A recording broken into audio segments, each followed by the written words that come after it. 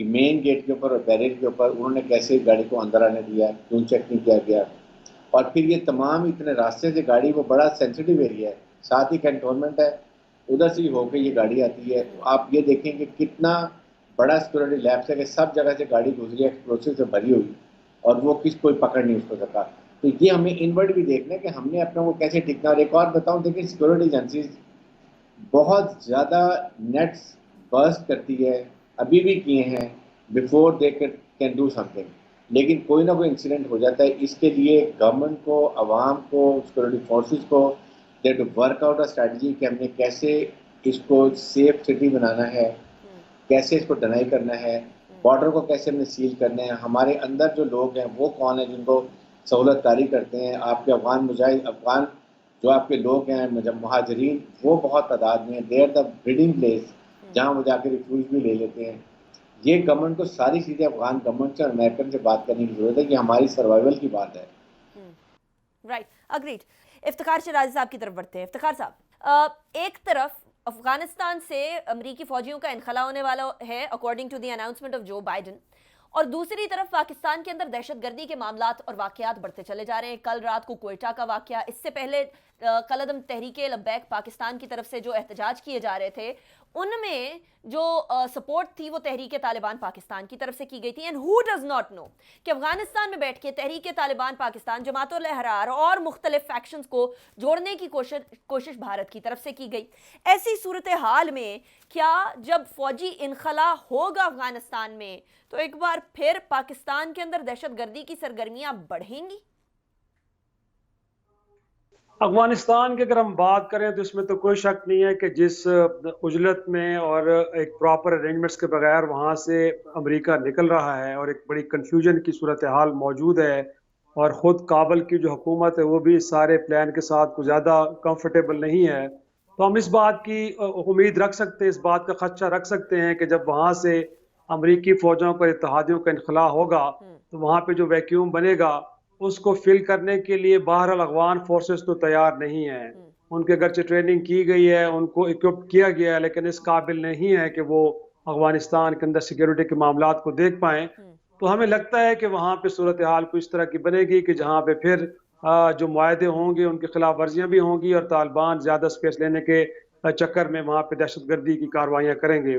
لیکن پاکستان کے اندر یہ جو ریسنٹ ایپیسوڈ ہوا ہے، اس کو یہ کوئی زیادہ ہمیں کوئی لگتا نہیں ہے کہ قابل فہم بات ہو کہ کیا ایسا ہوا، سوائے یہ کہ تحریک لبیک کو کالعدم قرار دیا گیا، ان کے خلاف ایک کارروائی ہوئی، اور جیسے آپ نے بھی اپنے ابتدائیے میں کہا کہ بہرحال کالعدم تحریک طالبان کی طرف سے اس پارٹی کو سپورٹ کیا گیا اور حکومتی اقدام کو کنڈیم کیا گیا. تو میرا خیال میں کیونکہ بلوچستان ایک سافٹ ٹارگٹ تصور ہوتا ہے، اور پھر بلوچستان افغانستان کے ساتھ بارڈرنگ ایک پروونس ہے، اور وہاں کی جو بارڈر ہے وہ بھی بڑی ایک پورس بارڈر ہے، گویا کہ ہم اس کو بہتر انداز میں سیکیور نہیں کر پائے ابھی تک. اگرچہ اس طرف ہم نے جو قبائلی علاقے وہاں تو فینسنگ کر دی ہے، بٹ افغانستان کے ساتھ جو بلوچستان کے علاقہ لگتا ہے وہاں پہ ابھی تک ہم اس طرح کے ارینجمنٹس نہیں کر پائے. تو وہاں پہ سرحد کے آر پار دہشت گردوں کی آمد رفت، اور ساتھ میں کہوں گا کہ بلوچستان کے اندر باہرحال کالعدم تنظیموں کا نیٹ ورک ابھی کہیں نہ کہیں ضرور موجود ہے. تو اس بات کا امکان تو تھا، اور خود آپ نے دیکھا بھی کہ وزیر داخلہ صاحب نے اس واقعے کے بعد اپنی ٹویٹ میں اور سٹیٹمنٹ میں بھی کہا کہ ہمیں یہ اطلاعات تھیں کہ اسلام آباد، راولپنڈی اور اسی طرح کراچی اور بڑے شہروں میں کوئی واقعہ ہو سکتا ہے، اس کے اندر کوئٹہ بھی شامل تھا. تو اب ضرور اس میں کوئی شک نہیں کہ دہشت گردی کے خلاف ہم نے جنگ میں بڑی کامیابیاں حاصل کی ہیں، اور بہت ساری جو ملک کے اندر نیٹ ورکس ہیں ہم ان کو ڈسمینٹل کیا ہے، لیکن ابھی بھی بہت سارے انیکا پاکٹس موجود ہیں جن کے خلاف ہمیں مربوط طریقے سے آگے بڑھنا چاہیے، اور ہمیں یہ اطمینان نہیں کر لینا چاہیے کہ یہ معاملہ مکمل طور پہ ختم ہو گیا ہے. جس طرح آپ نے بھی کہا کہ افغانستان کے اندر فوجوں کا انخلا ہونے جا رہے اتحادیوں کا، اور پاکستان کے اندر بھی کہیں نہ کہیں پاکٹس موجود ہیں، تو ہمیں تھوڑا سا الرٹ ہو کہ ایک اور کوارڈینیٹڈ ایفرٹ کرنی چاہیے. رائٹ. افتخار شیراز صاحب، پی جے میر صاحب کی طرف بڑھتے ہیں. پی جے صاحب، یہاں یہ بات تو واضح ہو گئی کہ جب افغانستان سے انخلا ہوگا تو پھر آہستہ آہستہ یہاں جو ہے وہ رخ کرنے کی کوشش کریں گے دہشت گرد بیکڈ بائی انڈیا. بٹ اس کے لیے کاؤنٹر اسٹریٹجی ہماری آف کورس تیار ہو رہی ہے. ہمیں کیا سب سے پہلے